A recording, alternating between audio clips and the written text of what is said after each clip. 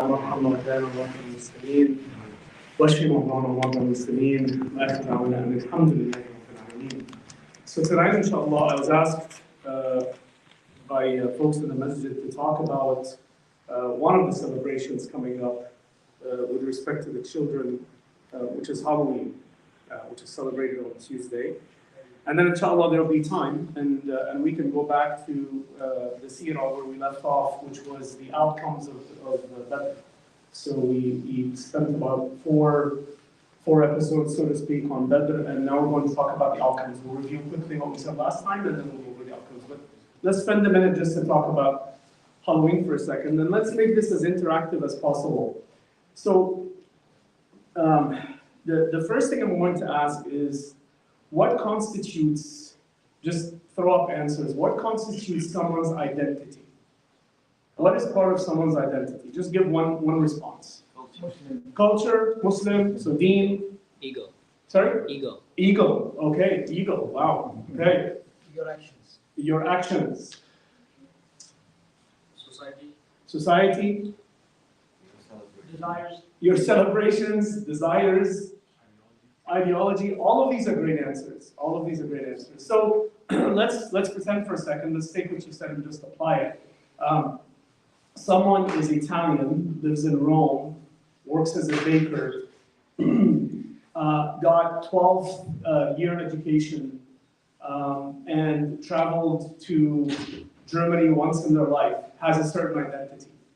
Someone a Christian who lives in Lebanon, who speaks Arabic and French, that went to France and got married to someone in France, has a bachelor's degree in engineering, is now working as an engineer, and got transferred to London, may have a different identity, right? And Islam recognizes this, right?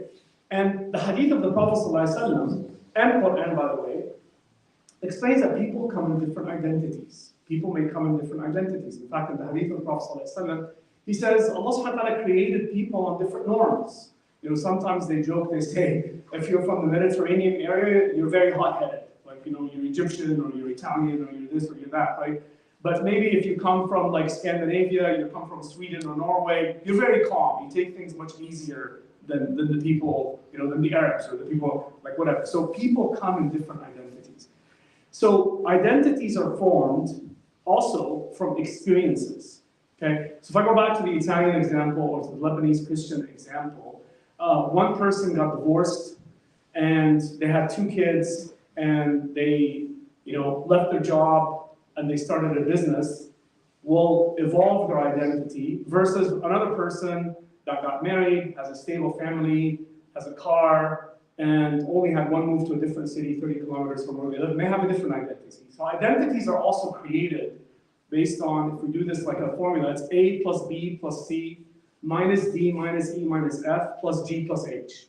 That then is someone's identity. And someone said celebrations is part of the identity. And this is true. So let's talk about what Islam does for us. Islam as a deen, and the teachings of the Quran, respects that we may have individual identities, respects that we may have different temperaments, respects that we may come from different cultures. A Japanese Muslim has a very different culture to an Egyptian Muslim, right? But there's a common thread. And what is the common thread? It's Tawheed, it's Islam. It's Tawheed. It's La ilaha illallah Muhammad Rasulullah. That is like if you line up the Ummah, imagine for a second that you can line up everyone in the Ummah left to right, you know, 2 billion people, right? They may be very different. Every like if you dimensionalize each person, they're very different. Different languages, different maybe clothes, different this, different that. But the common thing that's harder, that's tougher than anything, is like a chain that runs through every single person, is this La ilaha illallah Muhammad. That's the chain. That's the most important. That's why when you go to Hajj or you go to Umrah, you might be a Pakistani Muslim living in Seattle, praying right next to a German Muslim living in Frankfurt. The German Muslim living in Frankfurt speaks no word of English. You're a Pakistani Muslim living in Seattle, speak no word of German. But you're there for a common cause. We agree. Okay. Now let's talk about celebrations. As a general rule, as a general framework, when we come to apply something for ourselves and our families. And we want to define, is karate halal? Is karate halal? You guys are taking way too long to answer the question. Karate is halal. We're sure. Karate. Okay. All right. Sushi. Sushi halal? Sushi good? Pizza? Depends on what's on it. But generally, it's halal. Like there's no area that says pizza is halal, right? Okay, alhamdulillah. All right, good. So in Islam, the general concept is everything is halal. So let me ask you another question. Let's say this brother. This brother looks like, see this brother? Get up. Get up. What's your name? Muslim. Okay, get up. So this brother, the way he's dressed, picture for a second that he's able to invent an electric skateboard. And he takes this long electric skateboard that's as long as from where he is to where the microphone is. And he takes it to, what's one of your favorite shopping stores? Nike. He's in the Nike store. He's like, okay. And he's now on the skateboard that he's controlling through an amazing remote control or Facebook Oculus thing in the Nike store. You follow what I'm saying? Is that halal or haram? How many people say it's halal? Raise your hand. Halal people. Haram people. No one thinks it's haram. You think it's haram? You think it's haram? Anyone else? Anyone else? It's 100% halal. You may call it stupid, you may call it foolish, but it's 100% halal. There is nothing against what he just did. He may get arrested, pulled over, like all these things. He's not going to do it. Don't do that, okay? So, but you guys follow what I'm saying. Okay, now let's try to apply this to this concept of celebrations, especially in America. Like we're coming up on what people call the holiday season, you know, it's Halloween, and then there's Thanksgiving, and then there's Christmas, and then there's, you know, if you come from Egypt, there's another Christmas and the New Year. Like there's all kinds of things coming up. New Year celebration, whatever, there are all kinds of things coming up. When we come to apply this concept of, is this something that I should do or something that I should not do?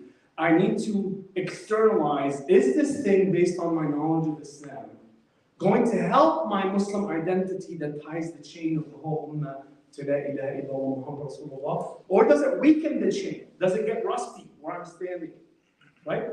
The other thing that it helps does is this thing necessary? Does this make sense? Okay? So for example, let me throw out another example. Do people here know people that are non-Muslim that have burgers on Sunday? Barbecues on Sunday. Okay. So brother, only the two of you guys don't know anyone else? Okay, 3 people. Now I'm even more concerned, but yeah, like, is it haram to have burgers on Sunday? No. Alhamdulillah, that's 100% haram. Okay. So now let's come to Halloween. Halloween is a celebration that wasn't just invented, right? So let's agree that no one in the US is doing it for religious purposes necessarily. Maybe some people are, we'll talk about them in a minute, but Halloween isn't really like a religious thing, okay? We'll see if that statement is true or false. But right now, as it stands, Halloween is not religious. Christmas is generally not religious, right? New Year's is definitely not religious. You understand? Some people may think it's religious, but a lot of people don't. This is about a shopping season. It's about an economic season. Okay. The origins of Halloween started with a group of people called the Celtics, right? The Celtics or the Celts. Does anyone know where they came from? Germany. They came from Germany? From? Ireland, Scotland, and England. So the Celts lived in that area, and the Celts were mushriks. The Celts were mushriks. They were the same as Quraysh, except they had their own forms of shirk. So they had different gods. By the way, the Romans were also mushriks. The Romans who lived in Europe, right, were also mushriks. But the Celts were 100% mushrik. And the end of their year, the end of their mushrik year, was actually the end of October. And the start of the new year was November the 1st. That's how they counted their calendar, right? And when people are mushrik, in Islam, we consider this concept of a bid'ah highly haram. Highly haram. Like, someone comes and prays Isha, and the Imam suddenly says to the people behind him, I feel like I have more energy tonight because I had a tea before I came. We're going to pray 5 rak'ahs because we all feel good. Is that okay? No, you kick that Imam out right away. Okay? So that's not okay. So we don't invent things in deen. As Muslims, It's not okay for us to flex left or right based on the teachings of the Prophet ﷺ. He taught us certain things and we apply them the way they are. That is part of our la ilaha illallah. Mushriks don't have that. Mushriks in general, I'm going to talk about the cults in a minute, they don't have those what we could call guardrails. The guardrails in Islam are called haram and halal. It's guidance. When you come to pray Dhuhr prayer, it's 4 rakat, looks like this, and starts off with this thing called wudu. That never changes. You know, some people can come and say, I feel fresh today, I put on perfume in the morning, I don't feel like making wudu. No, your prayer is not valid. You understand? Okay. So the mushriks don't have that. So the mushriks invent anything they want. And whatever they invent in their practice, either of their shirk or their shirk or their their celebrations or their beliefs evolves over time. They actually are superstitions. They don't know how it started. What's an example in the Quran given very specifically about something that the Arabs did? وَقَالُوا لَا سورة نوح لا تذروا آلهتكم ولا تذروا ودا ولا سواعا ولا يغوث ويعوق ونسرا. So what did the people of Nuh alayhi salam, what did they tell him? They said to each other, they said, ignore this crazy man, Nuh alayhi salam, and don't ever leave your aliha. The gods, plural, that you worship, including, Allah subhanahu wa ta'ala names them in the surah. Waddan, Wasuwan, Wayawuta, Wayawuta, Wanasra. Those are not Arabic names. Those are names of people that existed at the time of Nuh alayhi salam. If you read the tafsir of any Quran, what will they say? These people, these aliha that they worship, were actually at one point in time good people. Good people. And after the people died, Shaitan came to them. And I remember last time, what did we say about Shaitan and Badr? He's a deceiver. He's the ultimate. He's like, hey, you want to remember that good guy, you know, what? You want to remember him. Why don't you just make a little picture for him? Better yet, why don't you make a statue? And that way, every day, you can sit in front of him and say, MashaAllah, this is what the guy, he was a great guy. I really miss him. He was a nice guy. He's a big worshiper. He was this, he was this, he was that. And they had another guy called Su'ab, and they had another god called Yahud, and they had another guy called Nasr.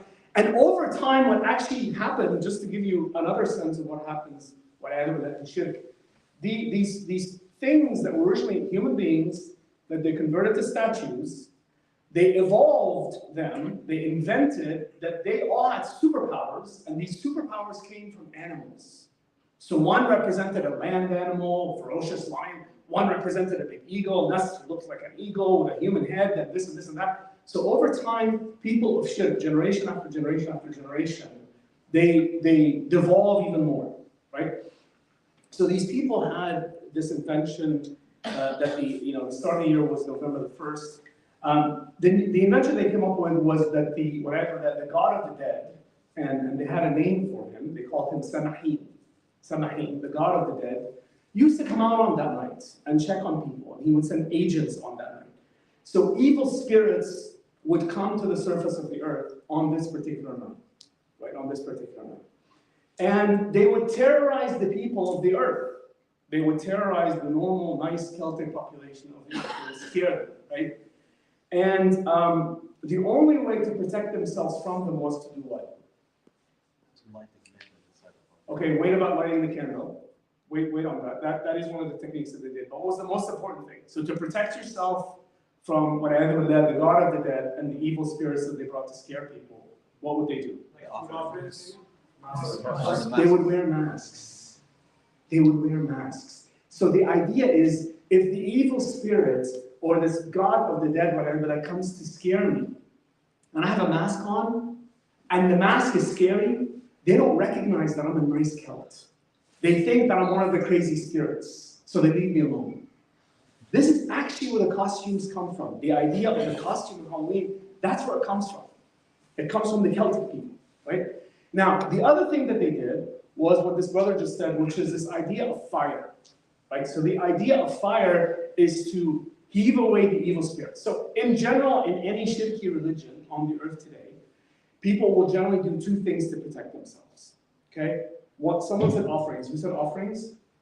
Offerings is exactly the right answer. So offerings is one. So I think I said this before in this message. Let me just remind you of a personal story. My father had a job where we traveled around the world. And one of the countries we lived in was in Brazil. And I remember this. I lived in Brazil for 4 years. And when I get to Brazil, my friends, we were walking by like a pathway, and they had food, and they have like, pineapples and bananas and mangoes and like really nice fruit. And usually it was by a place of water, like a waterfall or a nice pond. And my friend would warn me, they'd say, stay away from that. Like, you can't go and grab a banana and eat it from that, because the evil spirits will come and hurt you if you do. This is a donation for the evil spirit. You'll find this in every shirki perspective. If you go to, don't go to any of this, but look on TV, you'll see like people worshiping statues all throughout different countries, and they'll also bring these types of offerings. So offerings was one way of doing it. The second way of doing it was associated with fire. And to keep the fire contained, so Christmas, they used to have big bonfires, right? For Halloween, what they did was they put the fire in either a pumpkin-looking thing or in another similar-looking vegetable, right? Where they lit it up on the inside, and the idea was it's warning them. You understand? The other thing, by the way, that they used to do you know how on Christmas they put the what's it called? Yeah. The light? Not the lights. Do you know the round? What is it? Wreath. The wreath. W-R-E-A-T-H. Yeah, that. Okay. The W-R-E-A-T-H. So you know what guys, like the round wreath thing? That also comes from that tradition. You know how like Muslims, if you ride in your car today, you may have like a ta'weedah, like a Bismillah ar-Rahman ar-Rahim, right? Right? This is Quran, so it's a good thing, right? Don't pretend it's dusted and all that. That was their version of that. So if they put that on their door, it means don't come in with good people. So they would do all these things. They would wear the masks, they would make the offerings, they would light the fire, right? And you can see how this evolves to where we are today. Everything I just said, where the costumes come from, where the pumpkin thing, where the fire comes from, where the little thing on the tree comes from. And by the way, it's been so confusing to the Europeans in particular that they mixed it all up. Because today, if you're actually in the US, if you research and even the Christians, right, a lot of them don't celebrate Halloween for these reasons, right? Many of them don't celebrate it for that reason. And there's a time that even Christmas tree was forbidden. Christmas tree was forbidden, right? So, and we're not talking about Christmas today, we're just talking about Halloween, just to be clear. Okay, Christmas there's more to say about Christmas. Okay, so this is what the Celts did. Now, like everything that happened in Christianity, right, like the origins of Christmas, when Christianity started to spread, they looked at what other people were doing and tried to nicely absorb them in a way that they had a soft landing. So like, what are you doing? Oh, you're celebrating this, the Samahin night. It was called Samahin, the night of Samahin. Why don't we see if we can work on this together? So the Christians used to have a thing called All Saints Day. It actually used to celebrate, they actually had celebration of different saints. But does anyone know what a saint is? Holy man. A holy man? Okay, like a holy man of the church. Do we have this in Islam, by the way? Do we have the concept of saints? We do not have the concept of saints. We do not have any of that. We have no such thing. Right? Like that is a major shirki concept. So as the saints grew in number, right? And if you ever visit Europe and you go through churches in like Italy or France, whatever, this is saint this and saint that, and then women were haram and saints, and then they became saints, so now they have women saints and men saints. And the pope was like, hey, we have too many saints, let's just combine them into one day. And they called it All Saints Day, and it was May the 13th. So May the 13th was a Christian celebration that the Catholic Church invented, and it was called All Saints Day. It was celebrated on May the 13th. So when Christianity started to enter throughout Europe, the Celts still had their tradition. And in 1834, the Pope basically said, why don't we just combine the two? This, by the way, is very similar to the concept of the Trinity. The concept of the Trinity was never a concept as we know of Isa and his companions, right? So what they did was the Pope said, we're going to move our celebration, All Saints Day, to your celebration of Samahin. And we're just going to combine them into one thing. And we're going to call it All Hallows Day. All Hallows Day. So it's a combination of our good saints. It's a combination of your protection from the devil. By the way, the other things that the Celts did on that night, the poor ones that didn't have food, was they used to go from city to city asking for this special type of, it's like a pie made of cabbage or something, as I understand it. So they used to go out with their plates and say, can I just get some of your cabbage? Cabbage was the cheapest thing that they had. And I'm just going to make sure that I have an offering so they don't come and hurt me. Right? So if you were a good Celt, you'd give it to the poor Celt that will put it as an offering, right? So it's a complete shirk. Right? So when they brought it over, they call that All Hallows Day. All Hallows Day, as the Irish and the British started to move to the US, it turned into Halloween. That's where that actually comes from. Okay, so pause for a second. By the way, there's more. Let me just see if I have it here in my notes or not. No, I don't have it here. So let me tell you the other thing that they did. So Samhain, for people of the Celts that worshiped the devil, was also their celebration. So this god of the dead, some of them actually said that, they turned that into that's the devil. By the way, does this just exist does this concept of Halloween exist in other countries besides the US and Europe? Yeah. We're not talking about Halloween per se. What's it called? A very famous country close to the US. Japan. Day of the Dead. No, the Day of the Dead. The Day of the Dead. The Day of the Dead is celebrated where? Mexico. And it's the exact same thing. If you look at the Day of the Dead celebration, they have parades and they have music, and they wear skeletons, and they wear ghosts, and they wear masks, and it's exactly the same kind of interpolation. So you can see that people just adopt what other people bring from a cultural perspective, but a lot of it is founded, 100% of it is founded in shirk. So now let's pause. Let's go back to the brother in, what store was it again? Nike riding on the super skateboard he made, or like or these things about the chain of Muslims and your sense of identity. Does that help us or does that hurt us? So celebrating Halloween. So just take what you just applied. So we talked about identity, we talked about tawheed, we talked about unity, and now we know what they do on Halloween, right? Like, do people know what happens on Halloween? You guys look like you've never heard of it before, and I feel like I'm completely missing the mark. Okay, so for those that don't know, people here spend a ton of money on masks and uniforms, and they get dressed up in all kinds of things, and they take with them bags, and they knock on doors for people to, what's called trick or treat, right? Trick or treat. So trick is tricking the devil, treat is getting you a piece of cabbage, right? That's actually the concept of trick. That's where it comes from. So when they give the trick or treat, you have chocolates. You open up there and you go, oh, you're so cute, and you give them chocolates. You understand? Okay. So now let's say we're all Muslim, people that are all Muslim, and let's run that through the Muslim lens, right? How does that look to you now? Yes, Harim, what? Not helpful? No, not helpful. Is that what you said? I love it. Not helpful is terrific. Not helpful is terrific. Okay, so not helpful is a really good grade. So let's say there was multiple choice. Not helpful is option D. Okay, so let's say there was option C was, we shouldn't do it. Option B was, I'm not too sure. Option A was it's absolutely haram. Let's not do it. What are the thoughts? Option A, haram. How many people say haram? 100%. You guys are good with Halloween? After everything I said. Okay, so yeah, it doesn't help anything. It doesn't help. The key thing now, and by the way, this is what you'll hear, and you'll hear this from a lot of Muslims. Yeah, inshallah, no one here does this, but you'll hear this from a lot of Muslims, by the way, about every single one of the upcoming holidays. But it's so innocent. Come on, they're just going out with a plastic pumpkin and they're gonna get Kit Kats. What's wrong with that? And it's fun, and it's a fun night. We don't want our kids to miss out. We don't want them to grow up with a complex. Has anyone ever heard that?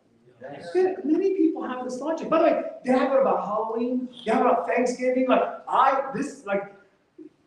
Could go through so many experiences, but there's one in my mind very vivid. 4 or 5 years ago, there's a brother in a company I worked, and we started to talk. It was Thanksgiving. It was pre-Thanksgiving, and he's like, "What do you mean? It's the most beautiful thing in the world. We're giving thanks to Allah for Thanksgiving." Brother, do you understand what Alhamdulillah Rabbil Alameen means? Do you understand that we say that 17 times a day? We don't need a special celebration to give thanks. Do you understand? Do you understand that Thanksgiving they killed a lot of the Native Americans? And do you recognize that part of it? So we have to educate ourselves and apply it and frame it to our children in a way that they can compute it and to understand it. Because when we start to give up on some of these things, when we start to put a check mark against Halloween and to say, it can't be that bad, it's only once a year. And then later on you give a check mark against something else, and then a check mark against something else, and then a check mark against something else. What is that called in the Quran? خطوات الشيطان. Shaitan never comes to someone and says, hey, from tomorrow you be a kafir. Shaitan is not a fool to do that, because no one would listen to Shaitan. When he went to the people of Noor, when he went to, the Prophet ﷺ tells us this in the hadith, he says, when he went originally to the people of Noor, he never told them to make shirk. He never went to say be a mushrik. He went to them. The Prophet ﷺ says in the hadith, he went to the people of Noor before Noor came. And he said, these things you're going to be building, you're just going to build them to remind the people that you're not really worshipping them. You're not fools. You're not mushriks. This was his approach. When he went to the people, to the mushriks of Badr, what did he say to the mushriks of Badr? I've got you. Inni jarun lakum. I'm protecting you. He literally was a cheerleader. Like imagine a marching army from Mecca. He's the guy in the back with the drums. Like, go, finish them, kill them.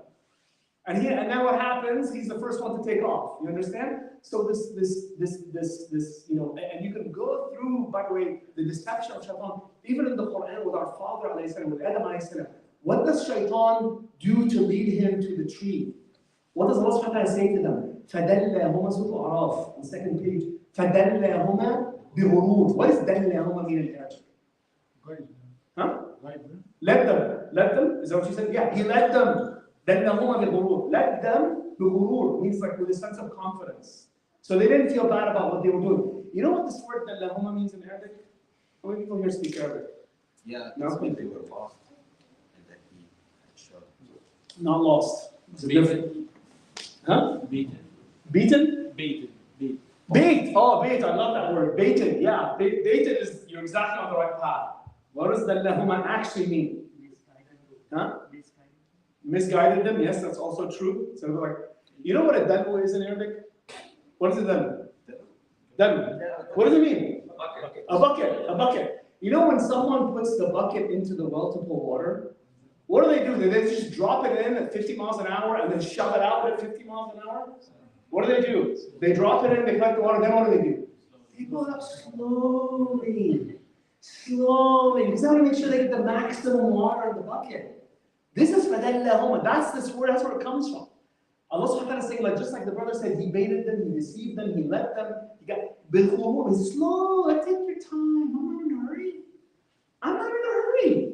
And if Shaitan doesn't get one generation, he'll get the next, and if he doesn't get the next, he'll get the next, and if he doesn't get the next, he'll get the next. This is فَدَلَّهُمَ بِغُرُورٍ, right? Okay, now let's go back. So we agreed that all these things are bad. We agreed that we shouldn't do it. As parents and as kids, you figure out what you want to do on that day. Like it's a thing, you know. And there's a whole range of solutions. I'm not here. I'll give you some ideas. You do what you want. Works for you as a family. Like, you know, we had a thing in our house at one point in time where we used to put a sign outside the door, and we just to say, we don't celebrate Halloween. Thank you for passing by. Something like that, right? Or keep your lights closed. Somehow that's code for we don't have chocolate. You're not getting anything. I don't know if everyone observes that part. You know, some people leave their house completely and they go off and they eat at a restaurant. Just do something on that day where you make it clear to yourself and to the children why this is something that we shouldn't do. Okay, now let's focus on the Prophet ﷺ and just explain. Hadith. Oh, let's talk about another one. Let's talk about an easier one. So this hadith is narrated by Anas bin Malik radhiyallahu anhu. He says, قال قدم رسول الله صلى الله عليه وسلم المدينة. Prophet صلى الله عليه وسلم when he made hijrah to Medina, and we've already passed the hijrah, but this is one of the things that happened in the hijrah of the Prophet صلى الله عليه وسلم. ولهم يومان يعدان فيه. So he found them celebrating two specific days. فقال ما هذان اليومان? What are these 2 days that you are celebrating in Medina? And the people of Medina said, قالوا كنا نلعب فيهما في الجاهلية. In Jahili times, we used to play, we used to celebrate these days, so we're just continuing to make these celebrations. What days were these?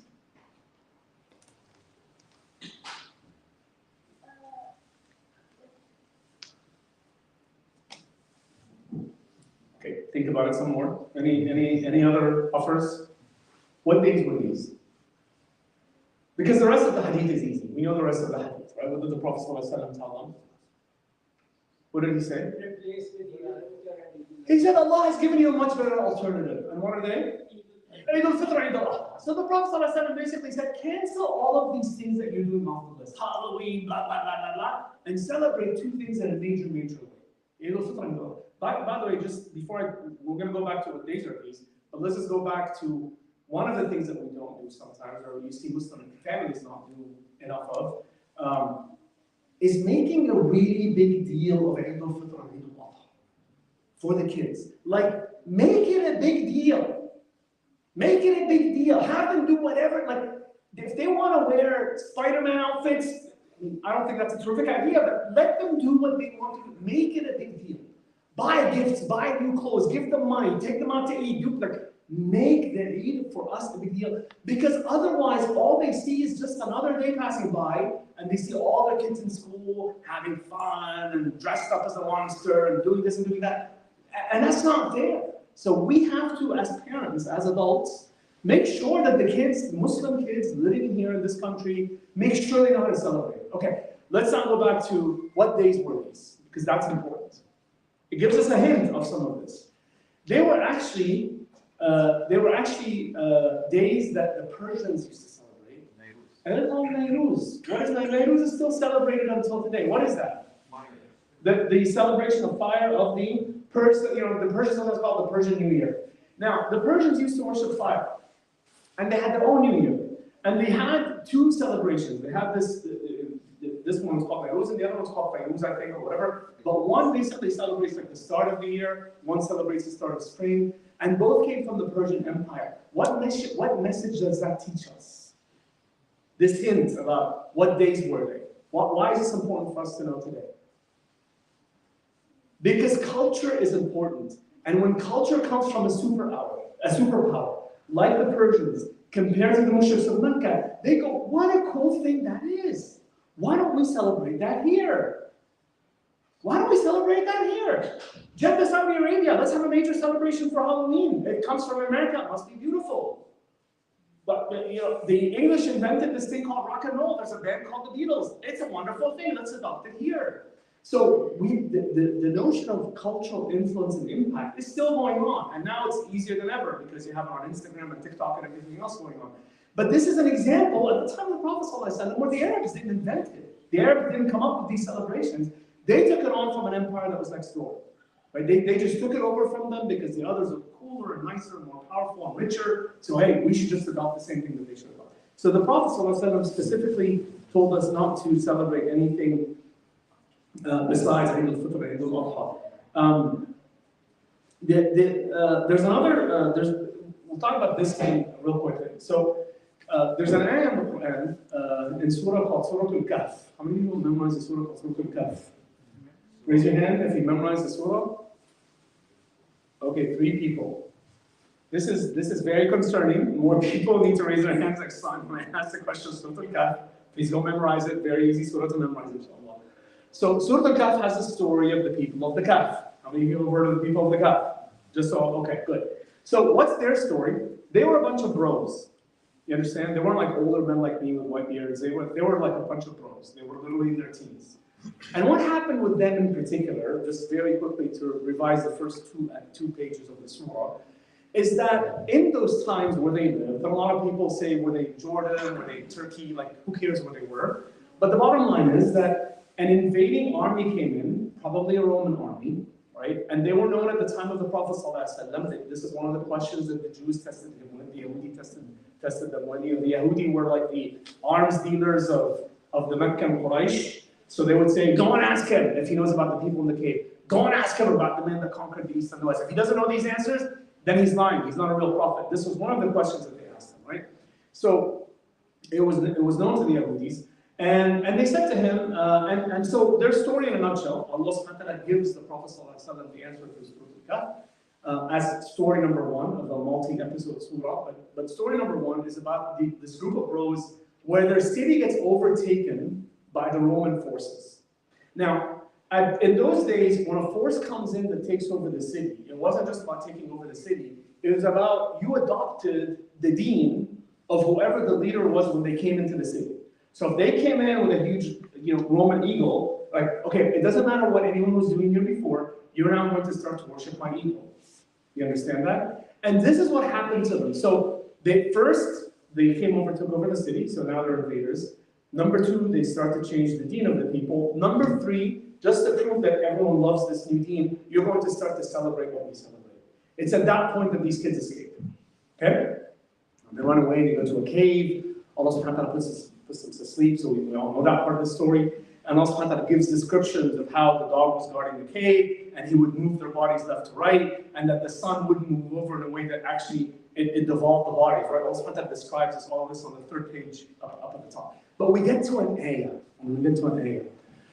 where after they wake up, and if they're a bunch of bros and they woke up from their sleep, how are they feeling?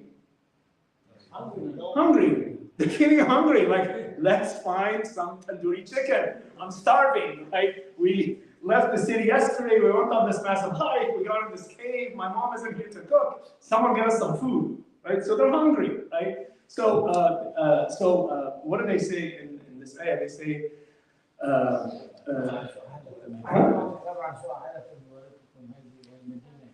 لا مش سامع. إيه؟ فابعثوا أحدكم بورقكم هذه المدينة فلينظر أيها أزكى طعاما فليأتكم برزق منه وليتلطف ولا يشعرن بكم أحدا إنهم, this is the other I want to get to, إنهم إن يظهروا عليكم يرجموكم أو يعيدوكم في ملتهم ولن تفلحوا إذا أبدا. So look at the conversation going on between the bros, right? So first conversation is, man, how much money do you have? $5 here, put it right here. You've got $10, but okay. This is the money we have. We got $25. There's $7 of us. We're pretty hungry. Go down to the city, find some food, right? Don't buy the most expensive stuff and don't buy the cheapest stuff. It better taste good, right? And yeah, what yatalattaf means, you know how anyone here play Assassin's Creed? You know what Assassin's Creed is? Oh, Assassin's Creed. Yeah, you know, only him? You two know? Okay. So it's gonna be hard to explain. But anyway, you know how you don't want to make yourself really known? Like you're wear your sunglasses, put your hoodie on. This is faliyat. The other description of faliyat is like if you find one piece of fish for $25 and you find 5 falafel sandwiches, buy the 5 falafel sandwiches, don't buy the one piece of fish. Right? That's the other meaning of it. Okay. And then they say the second thing. إنهم if they catch you as you're food shopping for the rest of us, if they catch you, because they're going to know you escaped the city. You didn't want to worship this Roman general. Your wanted sons are everywhere. You guys didn't want to bow down to the eagle. You didn't want to do the celebration of the fire. You don't want to wear the stupid costume. You didn't want to do any of these things. Okay? If they catch you. يَرْجُمُوكُمْ. What does يَرْجُمُوكُم mean? They will kill you. أَوْ يُعِيدُكُمْ فِي مِلَّتِهِمْ. What is that? They will force you back into their millah. What is their millah? Their deen, their shirk, their celebrations, their way of life. It's as if they're saying, if you went and you got captured and they actually ended up killing you, that's actually not as bad as having to go back to the millah. You understand? He's either dies a shaheed. You go back to the millah, that's nasty. You don't want that to happen. إن يظهروا عليكم يرجموكم أو يعيدوكم, return you لملتهم ولن تفلحوا إذا أبدا. This is the evidence. This is at the end of the ayah. What does he say? And if they turn you back to the millah, you will never, ever, ever be successful. Like, it's one thing to go to the shaheed. It's a whole other thing to turn your millah. You understand? So this is, and we went through this in Sirah, but I'm just going to remind you, when the Qibla changed, it was this first, back to the Sirah lessons, it was the first indication of this ummah having its own identity, starting off with its own Qibla. The sequence of things that happened after that changed many of the things that the Muslims did with respect to prayer. So for example, all the prayers went from 2 to 4 except for Fajr, right? The sunan were introduced by the Prophet ﷺ. The Prophet ﷺ said, you can pray while your shoes are on. The Prophet ﷺ said, wear your hair in this way and don't do it in this way. The Prophet ﷺ said, grow your beard and shave your mustache. And what reason was he giving for all of these things? Was it a fashion statement? It was an identity statement. It was a statement of identity for the new ummah being formed. So the ummah has a new qibla, the ummah has a new capital, the ummah has a new prayer, the ummah has a new look, and you're able to go, oh, that person must be a Muslim. They're not a Yahudi. They're very different. Oh, look at how they're praying. Oh, look at this. Oh, look at that. So this concept of the identity and forming it, very, very important thing for Islam. I'm not going to talk about Badr. I was going to talk about the results of Badr and some of the things that we'll cover that next time, inshallah. Let's go ahead and make it dua. اللهم بارك على محمد وعلى ال محمد كما باركت على ابراهيم وعلى ال ابراهيم في العالمين انك حميد مجيد اللهم اغفر للمسلمين والمسلمات والمؤمنين والمؤمنات الاحياء والاموات انك سميع قريب مجيب الدعوات اللهم اغفر لنا ذنوبنا وكفر عنا سيئاتنا وتوفنا مع الابرار وانصرنا على اعدائنا نسال الله عز وجل يا رب العالمين اللهم احفظ اهل غزه من كل سوء يا ارحم الراحمين اللهم ارحم موتانا واشف مرضانا اللهم اغفر لنا ولابائنا وامهاتنا وارحمنا كما ربينا صغارا اللهم اجرنا من النار وادخلنا الجنه مع الابرار يا عزيز يا غفار يا ارحم الراحمين واخر دعوانا الحمد لله رب العالمين جزاكم الله خيرا